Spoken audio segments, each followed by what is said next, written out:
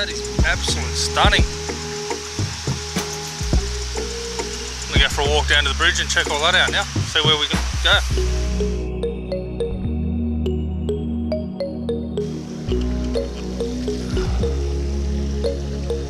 Absolutely.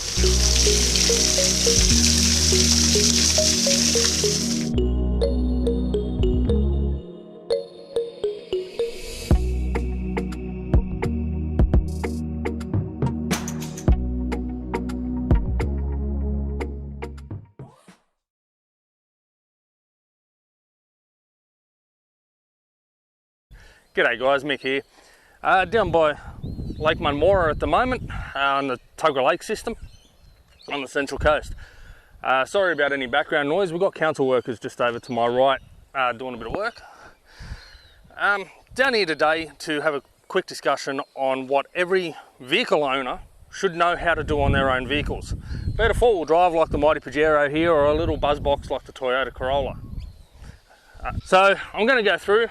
The Pajero is a manual vehicle, so there will be a couple of differences between manual and automatic.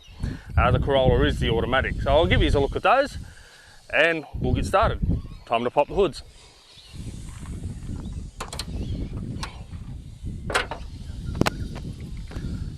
Alright, firstly here we are on the mighty Pajero. Now, again, this is about what you should know how to check and maintain on your vehicle. So we're going to go through your water temperatures, power steering fluid, this is my coolant reservoir, the engine's dipsticks, so the motor oil, and at the back there you've got your brake fluids and such as well. On the Corolla it will be a little bit different, obviously because they're different motors. Okay, so first and foremost we've got water levels or coolant. Now this should always be done with demineralised or distilled water, not tap water. However, if you're in a pinch like I've been, tap water's fine, and make sure you put the correct coolant in too. So on the reservoir there you'll see a full line and a low line. Some of them can get quite difficult to read, and it looks to me at the moment that I'm sitting just above low. However, once the motor warms up that will change. Come around to the main radiator cap. Now obviously you never open this when it's hot. I have just driven down here, but it's a 2-minute drive and motor hasn't got to temperature. That water you see is just a bit of back pressure. So you can see I've got plenty of liquid in there. I need some more coolant and I need some more water. For the Corolla, same basic thing. You can see the full line there and the low line down the bottom, and she's quite good. She's up to here at the moment. Could go a top up. I'm not going to bother opening that. Power steering fluid, as you can see, is just on the right hand side here on the Pajero. If the camera focuses at all, it's giving me the shits today. So the power steering fluid is on the battery side on my Pajero. You got the full line and the low line, and at the moment I'm actually sitting a bit on the low side, so I'm going to have to top that up very soon. So the power steering is quite simple. Pop the top off and put the correct power steering fluid into them. Most power steering fluids are about the same from what I understand. Corolla, power steering fluid reservoir on this, to be honest, I'm actually not sure where it is. No, that's a brake. I've never actually done that. I think this is the power steering at the back here, is it? Yes, the power steering fluid on the Corolla is at the back here. So in this case, because you can't see in, you have the little dipstick, and it will tell you when it's full, hot and cold. While we're here at the Corolla, I'll do the brake fluid. So here we have brake fluid. This should never decrease. If this happens to decrease, you've got a problem with your brake lines. So always check that. If it is low, get your car checked out very quickly. Again, if you need to top it up, make sure you use the correct .3, .4 fluids. And for the Pajero, we'll come up over this side. This is on the driver's side in the Pajero. Again, we've got it here. We've also got the clutch cylinder. So that's the clutch fluid. It is the same brake fluid. It's just a slightly different line. So two things to check there on the Pajero, and again, two things to make sure that they never run low or run empty, and if they are running empty, you need to get the vehicle checked. Okay, next part will be the engine oil.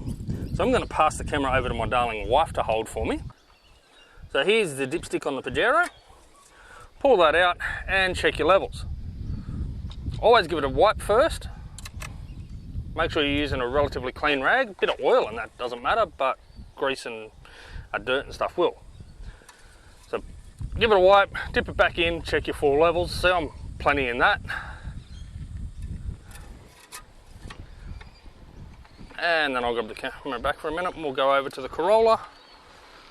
Now the Corolla is a little different. Corolla is on the opposite side of the vehicle, and the Corolla has a second dipstick. So I'll show you that one in a second too.